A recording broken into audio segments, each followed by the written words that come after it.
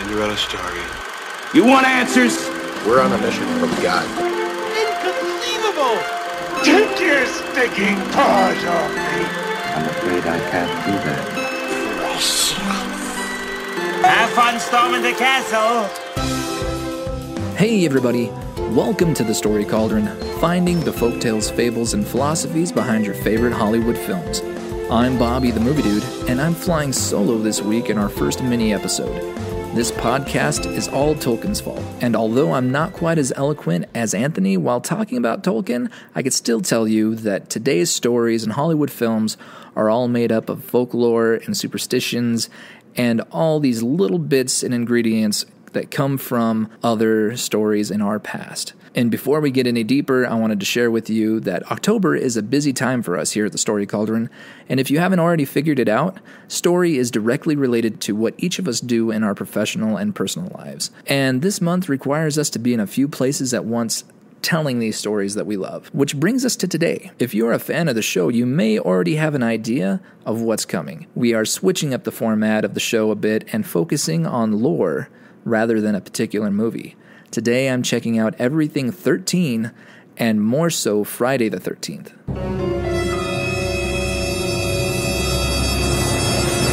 We all have that superstitious friend who goes on and on about Friday the 13th and is wary of black cats, ladders, and spilled salt.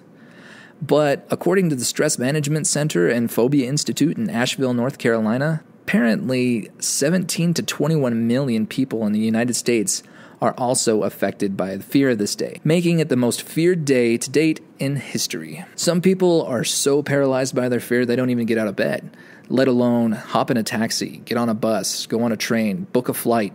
But apparently, Delta Airlines and the now defunct Continental Airlines have stated that their airlines do not have a noticeable drop in business. For every person that decides to cancel their flight on Friday the 13th, somebody's waiting in the wings. And in Finland, a consortium of governmental and non-governmental organizations led by the Ministry of Social Affairs and Health promotes a National Accident Day.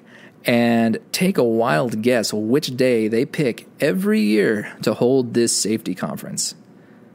Friday the 13th.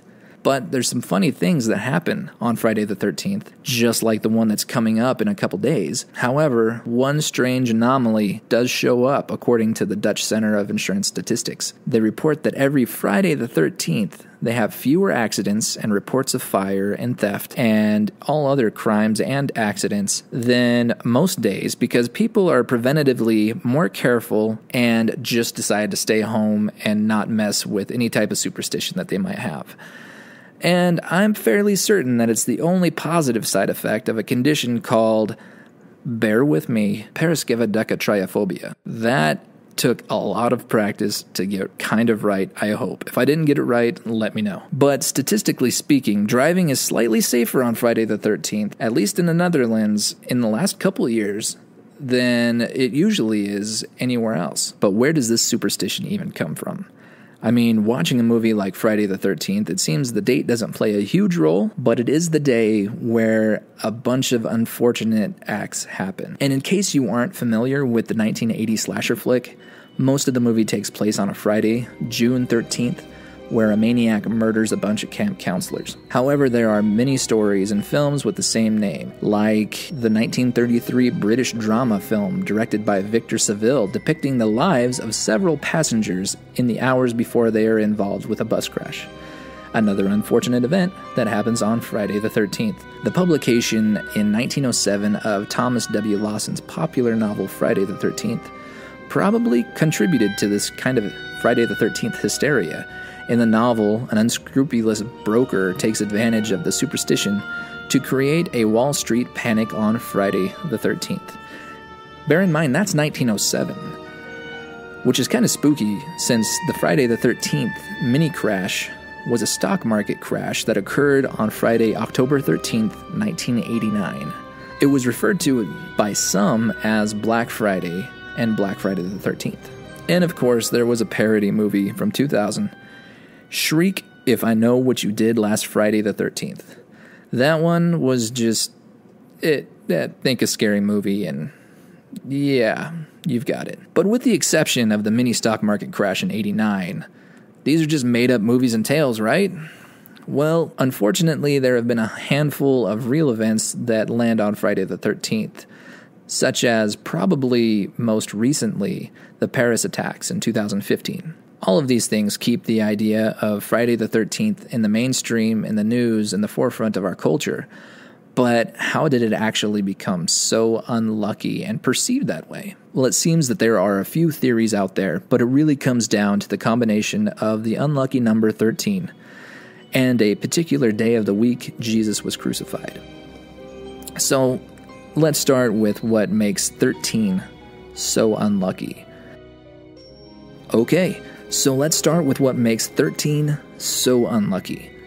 So there's one particular Norse myth that includes 12 gods having a dinner party in Valhalla, Norse mythology's heaven. In walked the uninvited 13 guest, and we all know him from the Marvel movies as Loki, the god of mischief. Once there, Loki arranged for a Hoder, the blind god of darkness, kind of tricking him to shoot Balder the Beautiful, the god of joy and gladness, with a mistletoe-tipped arrow, killing Balder. Now, if you're not familiar with this particular myth, Balder was a god. His only weakness was mistletoe, so it is kind of relevant that I mention mistletoe-tipped arrow. The aftermath of Balder's assassination was the world was dipped into dark and gloom and sadness, and it was because of the 13th guest. There's similarity in the numbers when it comes to ancient Rome. So, witches in ancient Rome reportedly gathered in groups of 12, and if there was a 13th, that 13th was the devil. And in modern times, many people point to the number 13 in unfortunate events. We all know about the ill-fated moon mission Apollo 13, mostly thanks to Tom Hanks and Ron Howard, where the Apollo 13 mission left on the 11th, and on the 13th of the month, their air tank exploded, which sent them into total crisis mode. But a lot of modern numerologists say that 13 suffers so much and is designated as an unlucky number just because it comes after the number 12. And 12 is supposed to be considered the perfect, complete number. Think about it. There's 12 months in a year, 12 gods of Olympus, 12 labors of Hercules, the 12 tribes of Israel, 12 signs of the zodiac, and the 12 apostles. 12 comes up as being a wholesome number. It's a complete number. And 13's association with bad luck has to do with just being a little bit beyond completeness. That goes out the window whenever I want to order a baker's dozen of donuts, which is probably why it's called a baker's dozen anyway. Just because I want 13 donuts. Ooh, don't say 13 in here, right? The number becomes restless or squirmy, and people don't like 13 so much that buildings with more than 13 floors lack a 13th floor. It goes from 12 to 14. People are so superstitious about this that even hotel rooms don't have 13 floors or room 13s. I'm sure we've all heard about some story to where somebody omits 13 because they're uneasy about it, right? In fact, on the streets in Florence, Italy, the house between number 12 and 14 is addressed as 12 and a half, not 13. And a lot of other places that host dinner parties will have a 14th guest for you if you manage to have 13 people in your party, just to save the fate of the dinner party itself. People really take this stuff seriously, and some of this I have never even heard about. But what I have heard about is the Judas theory. The Judas theory states that it's unlucky to have a group of 13. The idea is that the Last Supper, Judas, the disciple who betrayed Christ, was the 13th to sit at the table. The Bible doesn't say anything about the order of which the apostles sat at the Last Supper, but there were 13 people at the table. As for Fridays, most biblical scholars say that the fact that Jesus was crucified on a Friday holds bearing to why most people are uneasy of it, and some others claim that Adam and Eve were tempted by the forbidden fruit on a Friday, and there's some who believe that Abel was slain by his brother Cain on Friday the 13th. However, the number 13 is not uniformly bad in Judeo-Christian tradition. For example, the attributes of God, also called the 13 attributes of mercy, are enumerated in the Torah or the Old Testament in Exodus 34, 6 through 7. So there's definitely some Christian elements into why Western culture has this Friday the 13th superstition. And back in 1881, we had this huge science and religion split, and a lot of influential New Yorkers, led by people like U.S. Civil War veteran Captain William Fowler, they came together just to try to put an end to the hysteria surrounding Friday the 13th. They started this 13 Club. They met on January 13th, 1881 at 8:13 p.m.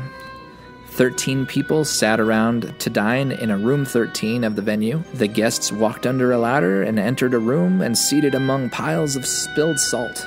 Mini 13 clubs just kind of popped up everywhere. It became a fad, but then they kind of faded out. However, they did have some pretty substantial members. In fact, the 13 Club was reported about in a lot of leading newspapers, kind of like tabloids, and their members included people like Theodore Roosevelt and a couple other U.S. presidents. But these days, most of us regard Friday the 13th as kind of an unofficial holiday celebrating superstition and spooky stuff.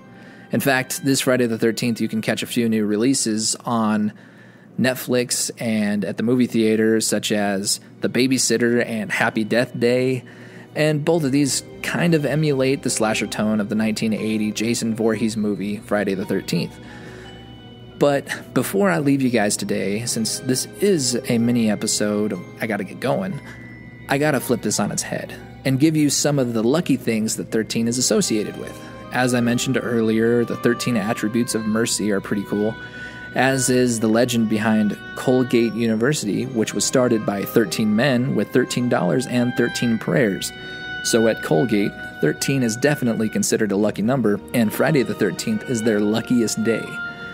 And we can't forget Italy, where 13 is generally lucky, and Friday the 17th is what you need to look out for.